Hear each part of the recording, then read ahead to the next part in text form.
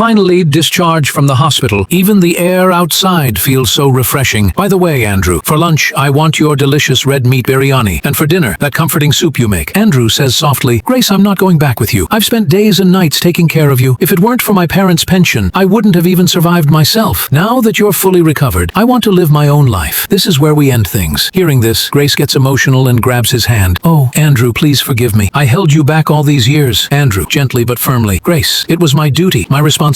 I'll return the pension money. It was my parents' money. They're right. Grace, helpless and in tears. Please don't leave me. I have no one else but you. But Andrew turns to leave. Grace calls out behind him, crying, Andrew, can you give me one last hug? Andrew, with a heavy heart, softly but distant. There's no reason left to hug. May you find happiness. Stay joyful always. Goodbye. Grace can't handle the heartbreak and starts sobbing uncontrollably. I never imagined this is how our story would end. Time passes. 5 years later, Grace is on a call with Secretary Zhao. Hello, Secretary Zhao. How's the apartment? President Grace, it's exactly what you asked for. Just a bit pricey. It's in California. Andrew's building. Unit 08, right? Yes, that's correct. All right. Wait for me there. I'm on my way. Secretary smiles. President Grace, here it is. The place. It turns out it's the same house where Grace used to live with Andrew. The moment she sees it, she gets emotional. Memories come flooding back. Andrew leaving for work. The loving moments they shared. The meals he made for her. Secretary continues. The current owner's asking for a high price. The previous owner sold it cheap because his wife was seriously ill. I also heard he sold his company and his wife got better. Grace asks curiously, do you have his contact info? Secretary smiling. Not at the moment, but I can get in touch. Grace, ready to buy. All right, I want this house. Understood. I'll get the paperwork done right away. Grace rushes to the given address, and there, in a security guard uniform, she sees Andrew. Seeing him like this brings tears to her eyes, and when she calls out to him, Andrew apologizes. I'm sorry. You must have mistaken me for someone else. Flustered, Andrew tries to walk away, but this time Grace runs up and wraps her arms around him. Andrew shouting, let me go. Grace crying, wait, why are you hiding from me? I know everything now. How long do you plan to keep running? Andrew, softly, I'm sorry. You just recovered, and I've already fallen apart inside. I'm still in debt. I don't want you to suffer because of me. Andrew gets emotional and continues, but seeing you healthy again, that alone makes me happy. Grace, overwhelmed with emotion and tears, all these years you went through so much. Look, I've made it now. I bought back the house we once lived in, and I've paid off all the debts you took on for my treatment. Andrew, in his gentle voice, thanks her. Thank you, but really, what's there to thank? That money was spent on me. Grace expresses her emotions. Andrew, let's start over. Andrew, hesitant. Grace, you've become so successful now. I'm not good enough for you. Grace, crying. There's no such thing as who deserves who. You're in this state because of me. Come on, let's go home. Let's go. And so, Grace and Andrew begin a new life together, happily ever after. This story reminds us that love isn't just about staying. It's about sacrifice, forgiveness, and timing. And sometimes, even broken hearts can find their way back home. If this story touched your heart, give it a like, and don't forget to subscribe for more stories that speak to